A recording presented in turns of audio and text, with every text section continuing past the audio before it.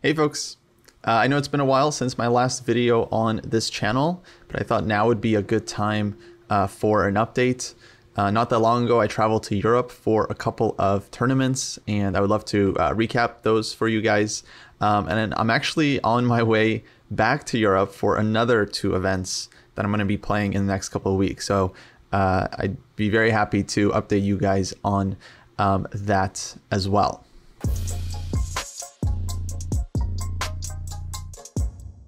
So yeah, back towards the end of June, I traveled to France and then the island of Corsica to play the 2024 Porticcio Open.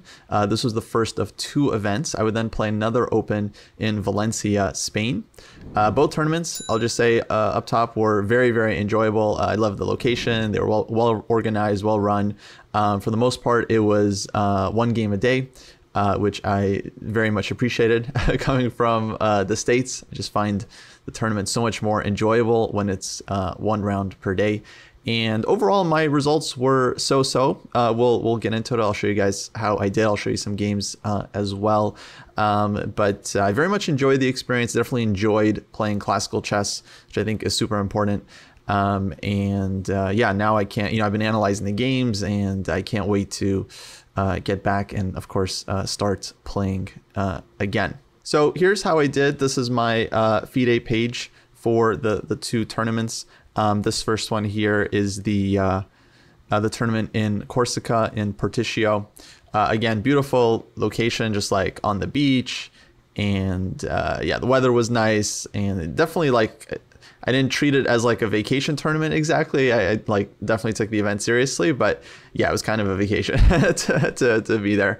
And yeah, so my performance was not that great. In fact, over the last several months, I've been kind of dipping down. Like most of my tournaments have seen a rating loss, possibly due to the rating deflation, probably because I'm just getting older and weaker. But yeah, this tournament was, again, nothing too special. I ended up losing 3 points.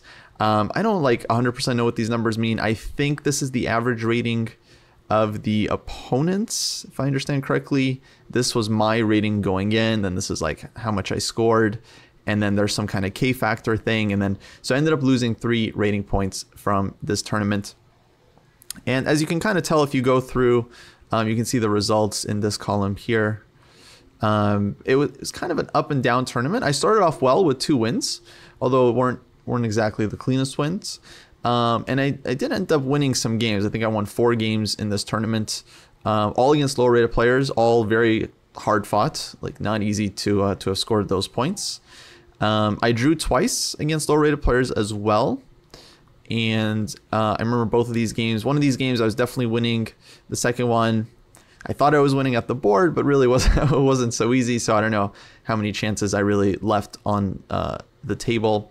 But I think the biggest issue about this tournament was that my 3 losses all came at the hands of high-rated players, which is not a huge problem. That's normally what happens anyway. I didn't lose any games to low-rated players, which is definitely a plus.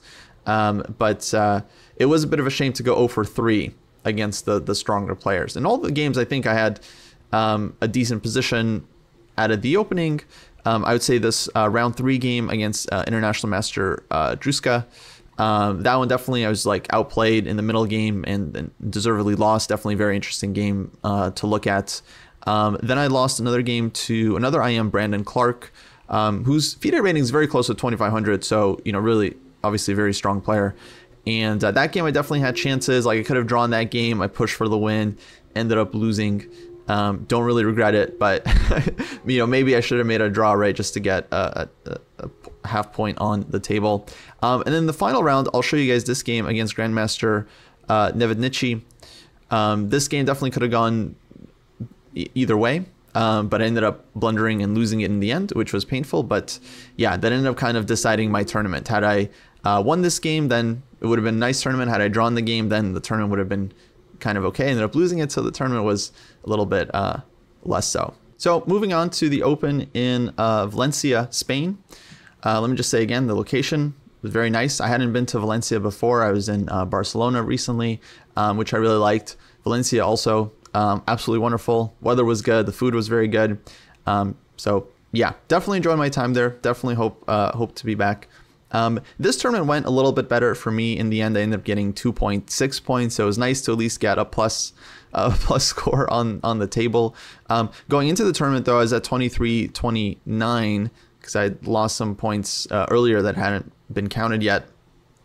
And my ultimate score was 5.5 out of 9. In Porticcio, I don't know if I mentioned the final score was 5 out of 9. Yeah, this tournament in Valencia ended up going a little bit better. Unfortunately, I had to miss the first round. My flight out of Corsica got heavily delayed, and then I ended up getting to Valencia super late. So I had to take a bye for the first game, which was unfortunate, but I didn't end up playing 8 games. I then won my first round. And then in round 3, or my second round, I actually ended up drawing against a very low-rated player, 1936. This kid, Lucas from Spain, but very underrated. Like, he ended up having a very nice tournament, I believe, and ended up playing a really good game against me. Actually, probably could have won the game, I think, if he had possibly pushed harder. But yeah, that kind of nicked my tournament early on, this draw. But of course, I stayed positive. I feel like I still have chances to have a good event. I then won the next game, which was round 4. For me, it was round 3. And then I lost a game to a strong international master from China, Yuanhe Zhao. And this game I think I'll share with y'all as well. Pretty interesting game, definitely had my chances, but ended up losing once again, losing to a high-rated player, like not scoring as a high-rated player. That was tough, but well, what can you do? It was, yeah, very sharp position, you guys will see. But still, I didn't feel like the tournament was over. I thought I was kind of playing reasonably well, at least playing myself into some form. And then I ended up winning the next 2 games against decent players like 2100 FIDE level. And then finally I kind of stopped the bleeding. I made a draw against a high-rated player, Grandmaster Alexander Kovchan from Ukraine. His FIDE rank is 2455, but formerly he was like close to 2600. So, I think his rating doesn't really represent his true strength. Yeah, that game was a very hard-fought game. I was happy to have kind of held it with white, but still, I was happy to have not just continued to lose every time I'm facing a higher-rated player. And in the final round, I actually ended up making a fairly quick draw against a fellow international master, Marcos Lianis from Spain. A little bit higher-rated than me, not too significantly. But he basically just offered a draw in the opening, and I decided to accept it. It was the last round. It was a morning round. I think it was like a 10 a.m. round after we had been playing. The whole tournament was like 4 p.m. and then the morning round was at 10 a.m. So I think there was a couple of quick draws in the event, especially if you weren't really in contention for any prize. Then I think a lot of players were not really feeling like playing in the early morning, which is definitely a typical thing. Of course, from the tournament perspective, people might ask why they always make the last round early. I guess there's 2 reasons. One is so that people can go home that day and catch their flights in the evening. So they play the round in the morning, then catch the flight in the evening. I actually ended up taking a train in the evening, so that was definitely my case as well. The second reason is so that they can have a closing ceremony with prizes and prize giving and that kind of thing. And so they definitely want more time for that. Although I will say the morning round is always a little bit unfortunate when it happens in the final day, which it often does, because usually the final round is pretty important in terms of titles or fighting for prizes, obviously, top places, but titles, norms, that kind of thing. So when it happens in the morning, sometimes a lot of random stuff can happen, right? So it's interesting that, yeah, a lot of very important events probably have been decided by morning rounds. So overall, I was happy to at least get some rating points back in this tournament, not just keep bleeding. If we count the 2 tournaments together, then I think I ended up losing 0.6 across the 2 events. So okay, we'll call them basically about even. Although I think my next official FIDE rating is actually 23-28. So I think I've lost yet another point. Anyways, on to the games. And I wanted to start with this game just because it was so consequential. This was the final round in Porticcio. the 2024 Porticcio Open Corsica. This was also a morning round, I believe. Yeah, this was a very fighting game I had against Grandmaster Vladislav Nevednichy, I think originally from Romania. Really experienced Grandmaster. In this game, this was like a King's Indian kind of hybrid type opening. Eventually, we just got like a typical King's Indian position. And yeah, very experienced is my opponent in these kinds of structures. But we had a really interesting game. It got to this point where currently white is a pawn up. And I definitely felt like my position was nice here because I have a nice kind of grip on the light squares. And of course, I'm a pawn up, so that's nice. And as long as I'm controlling the e4 square, you know, black's bishop on g7 can't come alive. So I didn't have a ton of time here. I think something like maybe 10, 12 minutes or so. But I was trying to come up with a move. It's actually a good exercise if you guys want to pause the video and think for yourselves. Definitely not an easy solution, but I think there is a clear best continuation here for white if you want to think about it for a bit. But anyways, my main thought here was this move knight to g5, which I wanted to play. I wanted to play for some time. All right, you guys can see by the annotations, this was the right move. But the idea, of course, is to play f3 and kind of kick the bishop out of g4, so my knight's not under heavy pressure, the f-pawn won't be hanging as well. And then eventually to play like g4, h5, maybe even queen h2, and just start hammering black on the kingside light squares. So very, very dangerous for black. What I didn't like, though, is that black could play h6 here. And then my idea was to push f3. And so like if takes, I think here black's kingside is opening up. This looks really nice for white again, like queen h2 ideas. And yeah, the king is going to be in huge trouble. But I couldn't figure out what to do on this move bishop to c8. Like if black just pulls the bishop back, I was calculating here and I couldn't really figure out what my move would be because it feels like my knight is just caught on g5. And if white goes for this, then you kind of have to see the next move. Otherwise, black is taking the piece.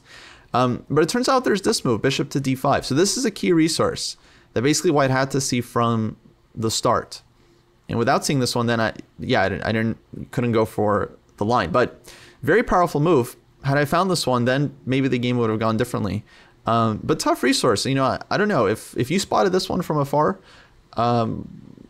Please let me know your rating so I can kind of compare it, either see like whether I should have seen this one. Again, I didn't have a lot of time. I didn't know there was a win or anything like that. But yeah, I was looking at this position and this move didn't occur to me. The point is that if black takes on g5, then hg, and then queen h2 is coming, and yeah, black just has huge problems on the h files, basically not getting out. I'm sure there's other details as well, but that's kind of the main point.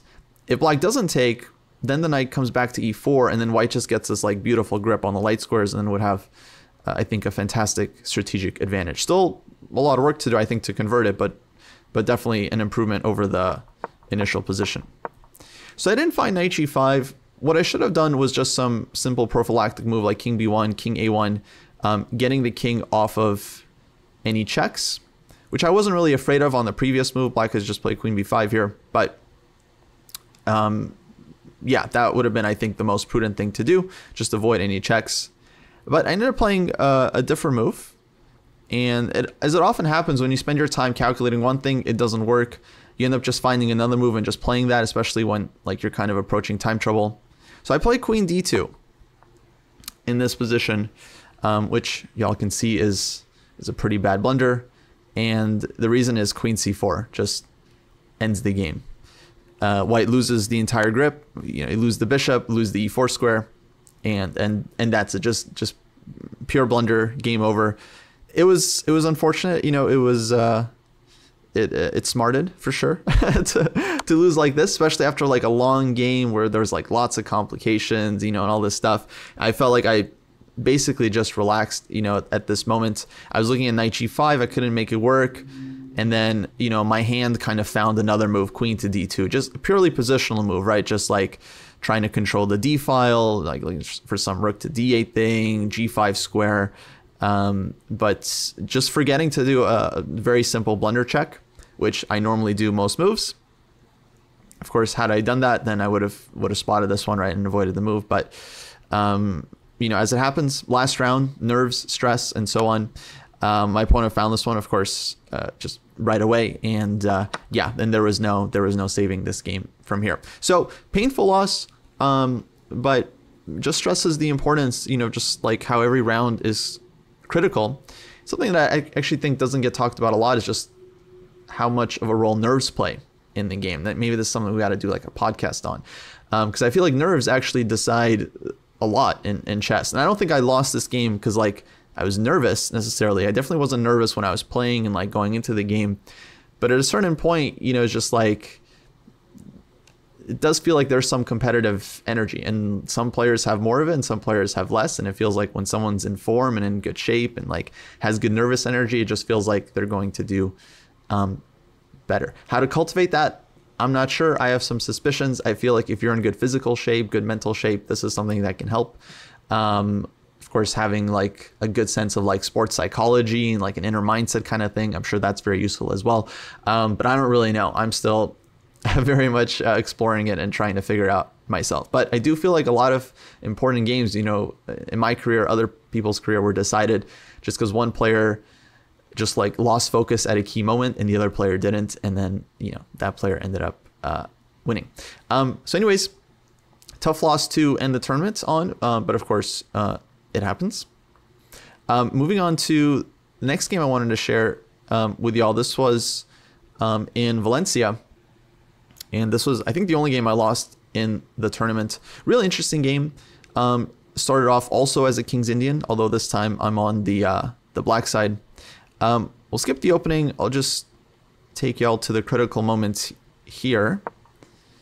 After white just having played King F1, really kind of like interesting King's Indian position. I think actually I'd done quite well out of the opening, and this was, for anyone curious, this was kind of like this was a H3 system, early H3, the Makaganov. Eventually we got this closed structure, and I actually think black is doing great here because I managed to force white to push G5 and close up the king side. Normally white is trying to open the king side, and in the meantime I've gotten some good counterplay on the queen side of the board. White was not able to castle queen side as they often want to do, and instead going to king side, which is usually not the typical plan for H3 players.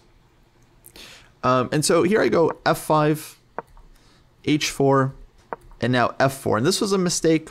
Just quickly show you guys, because after white takes on C5, he could have gone and taken on H5, which I realized too late was actually very dangerous, because takes, queen takes H5, king to G8, G6 is the idea, and eventually white's going to win the piece back, because queen H7 check, H5, and H6 is coming as well. And then like rook to G1, and so this is just not a good position for black. White's going to win the piece back, and then my king is weak. Thankfully, he missed it. He goes B4. So I take, and I definitely didn't want to give him a second chance, because if I go knight A6, then I thought for sure my opponent's going to sack on H5, and I'm going to lose the game. So I realized I have a counter resource, F3, which I was happy to find. It's a pretty thematic shot in the King's Indian. But now the point is I'm just messing with this coordination. So like if bishop takes F3 to keep on the pawn, then I've got knight D3. I'm hitting the rook. I got the F4 square. And if bishop takes H5, I was thinking I can just ignore this one, just take on C1. And I don't think there was anything too scary that white could do here. So F3 he kind of has to take with the knight, because allowing knight D3 is too annoying. But now knight A6, and now the diagonal is blocked. So there's no more bishop takes H5. I did give up a pawn, but I feel like black has great compensation here, and I think that's true, because long term the F file is open, and I can just pile up my heavy pieces onto the F file and make life really, really difficult for white. Queen F7, rook F8, and so on. So white goes rook to B1, and now I had a big choice here. I ended up going rook to F4, which I think was okay, but there was other options, like c takes d5 was fine. I think like b5 is okay, knight to c7. Black's position is nice here, so I have multiple options about how to play it. But I play rook f4, dc, bc, c5. White is rightfully trying to create counterplay against knight on a6, pawn on d6 as well. This one, of course, cannot be taken because of bishop h3 check, guys. Tactics. So c5. I go bishop to g4. Maybe this was the biggest regret I had of the game, because the move I actually really wanted to make here was queen f8. And this is a problem for white because it's hard to move the knight because of the f2 pawn, and now bishop to g4 is coming.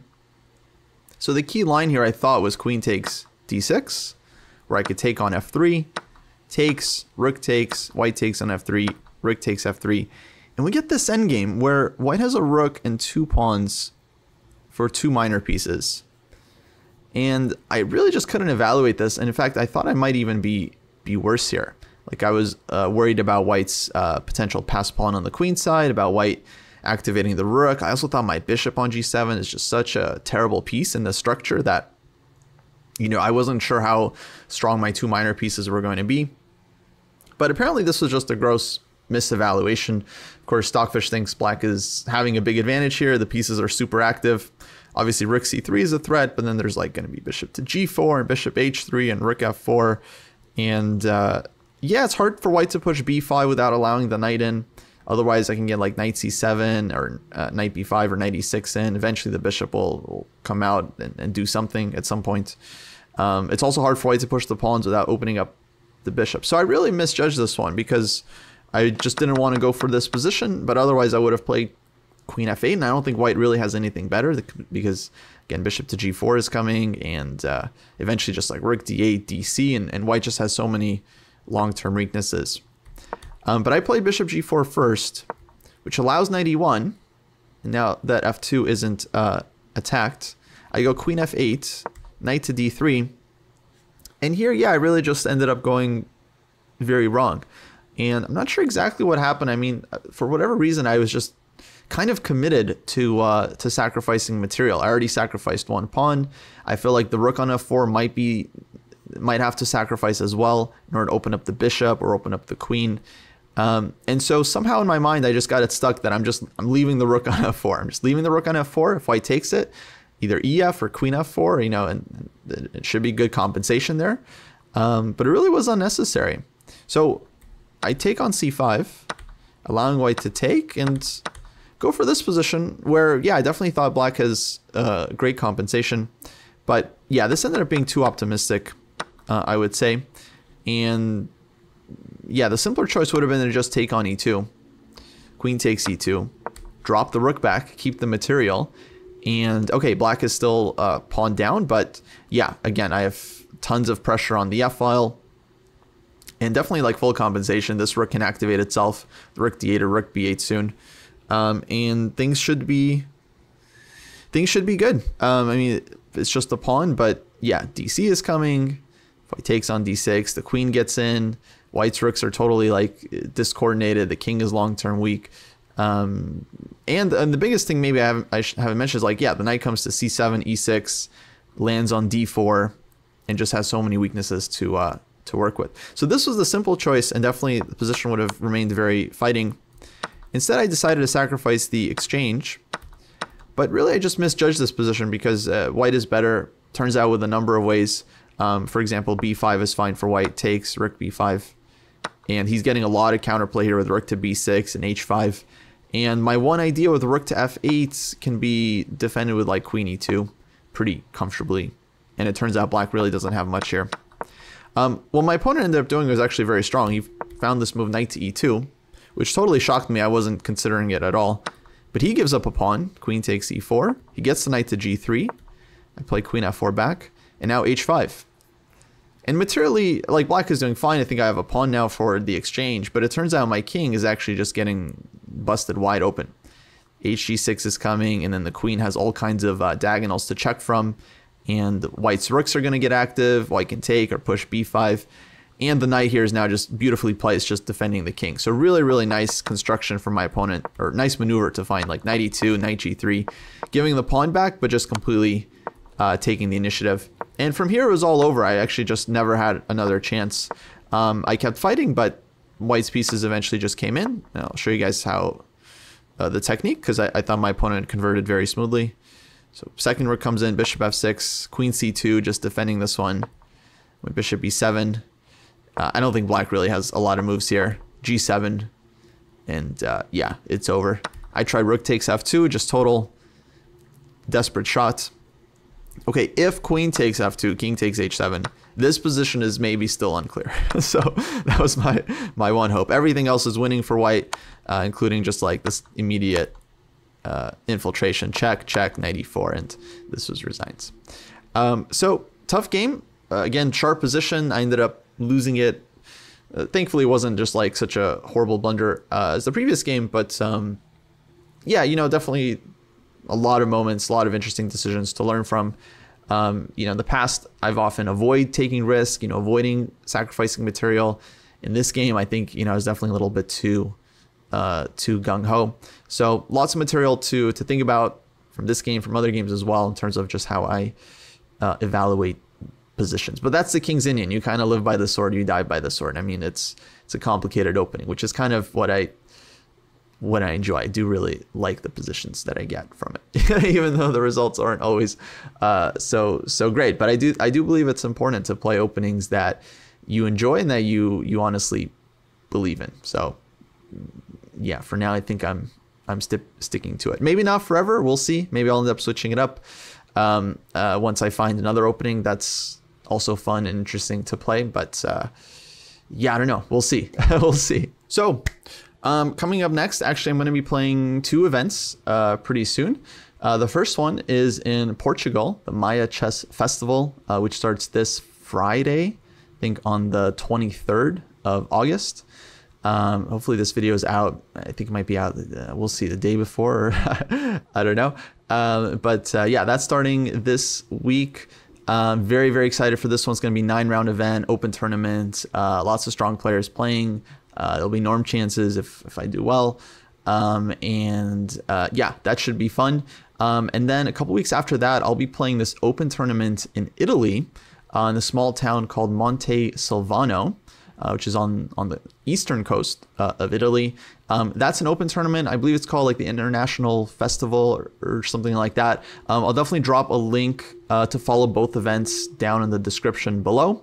So check that out. And the second tournament here, the tournament in Italy, they were very nice. They invited me, and they're also offering a discount for any dojo viewers, anyone that watches this video. If you're somewhere in Europe or in Italy and you like to go play this event, it's in September. I think the dates are September 8 to 15. Registration is still open, and the organizers are offering 50% discount on the registration fee if you stay at the official accommodation. So I'll leave details to that down below. It's a small open tournament, but I believe the conditions should be really nice. It's on the coast of Italy, so it should be beautiful. And yeah, should be very enjoyable experience. So if you're interested, have some availability, want to play a tournament in Italy, you can still do so in September. Also, I want to shout out my friend Zach, aka the Chess Nerd. You probably know him on YouTube, Twitch, Instagram, and so on. He'll be in Portugal. He's also traveling with me to the tournament in Italy. We're planning on streaming our games from the events. So stay tuned for that. You should definitely follow our channels, ChessDojo. For Zach, it's the Chess Nerd Live on Twitch. Because we're gonna try to set it up. We'll see if the tech gods allow us, but we're gonna try to stream both of our games. Hopefully with a camera as well, with a camera feed, so you can see us play. We should have live DGT boards as well. So yeah, if you'd like to follow the action, then yeah, we'll be starting soon, and hopefully we'll get some good commentary and coverage as well. So I'm very much looking forward to getting back to the chessboard. I think it's gonna be super fun. I love playing classical chess. I love playing one game a day, especially. Very, very enjoyable, and just prep for the game. You go play it, give your heart out afterwards, and then you go and review it. So yeah, super excited to play these 2 events. Then afterwards, I think we're going to be dropping by the Olympiad in Budapest, which will be in mid-September. I think we'll be able to make it for the second half. And looking forward to visiting. I might do some commentary for Dojo on the Olympiad, because it's such an exciting event, so interesting, so fun to follow. So I'll definitely be looking to do some more content from there. But okay. Let's do an update on the GM journey. You know, people are always asking me, are you still going for GM, still going for the title? My answer has always been consistent. I've been going for GM for years now. It's been a goal of mine for many years. But recently I realized that like if I truly want to do it, especially given that my rating has taken a dive and I've been very busy and very far from it now, if I truly want to make GM, I really do have to make it my focus. And for the last couple of years, you know, I've been working on Dojo, building out Dojo, growing the training program. And no regrets, by the way. It's been wonderful. It's been super fun. Like, I love what we've done with the program. The site looks amazing now. If you haven't seen it in a while, definitely check it out. ChessDojo.club. You can create a free account, connect your ratings, and see what the training program is all about. We're adding tons of new features all the time. So I'm still super pumped about that, but I also recognize that I'm running out of time. And if I really want to do the GM thing, I've got to make it happen. And I realize for me personally, just the way I work, like it has to be my focus. Like I have to think about it all the time and every day, and have to like remind myself to think about it and stay focused on it. And so actually recently I've been very impressed by what Levy has done, Gotham Chess, his revamped journey to the GM title. I think what he and his coach Arturs Nexans are doing is tremendous. And I think he's absolutely on the right track. And to me, that was actually very inspirational, because I feel like that's exactly the kind of thing that, because me and Levy are in similar positions. We're a bit older. we spend a lot of time on like content, like streaming, we made IM, but then we've gone down since then. And, we really, making GM is the dream. But it's very, very hard, especially as an older player. You have other commitments, you got work, you got to make content. You got to like run your communities, all this stuff. But what Levy has shown is that like you can make progress if you're absolutely dedicated to it. And so I was thinking about how I can do this for me and like what would work best for me. And one thing I realized that would be very helpful is to actually just start a daily journal, just kind of logging and tracking what I'm doing for a couple of reasons. One, because it keeps me focused. And I know that like if I have a daily log that, I have to come back to and have to write down like what I did, what I studied, how much I studied, then I know like, well, I'll have to do it. I'll have to like hold myself accountable. Also just fun, I think, to just kind of see like what you're doing on a day-to-day basis, see if you're making progress, see if you're spending time, seeing how much time you're going to be spending on your training overall. I do track my time already a little bit with the Dojo training program. Like I log what I do when it comes to following the program, and I have a nice like little activity graph going there. But I also want to just kind of like record some of my thoughts as well, and like some of my reflections. I realize like I just need to make it a daily thing where it's like every day just kind of reminding myself like what I'm working towards, what's the journey, like things to think about, like how can I keep improving my chess, how should I approach my next tournaments, and just like reflecting on what I'm doing, and then maybe even inserting a couple puzzles, just to remind me like, oh, here's a couple positions you looked at that are cool. So long story short, if you want to check out this journal slash training log, I don't really know like the final form, what it's going to look like exactly, but let me know in the comments, and we'll drop a link either in the comments or in the description somewhere below. But again, if you're curious, you want to see the journal, I've already started logging like the first couple of days, and it's cool. Actually, I've been enjoying it very much because it keeps me centered. It's like, all right, I got to do some training every single day because I have to keep track of it. And then I think the writing, like the daily journaling, I think that'll be good to kind of keep me centered around the goal.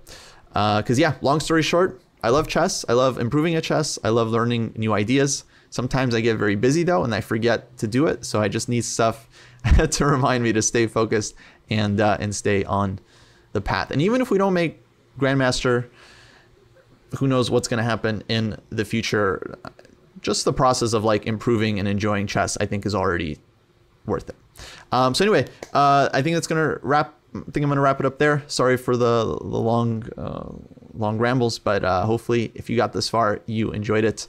And make sure to follow the channel, follow the Twitch to keep up to date. Probably do another video in a little bit, maybe after the tournament in Portugal, to recap that one.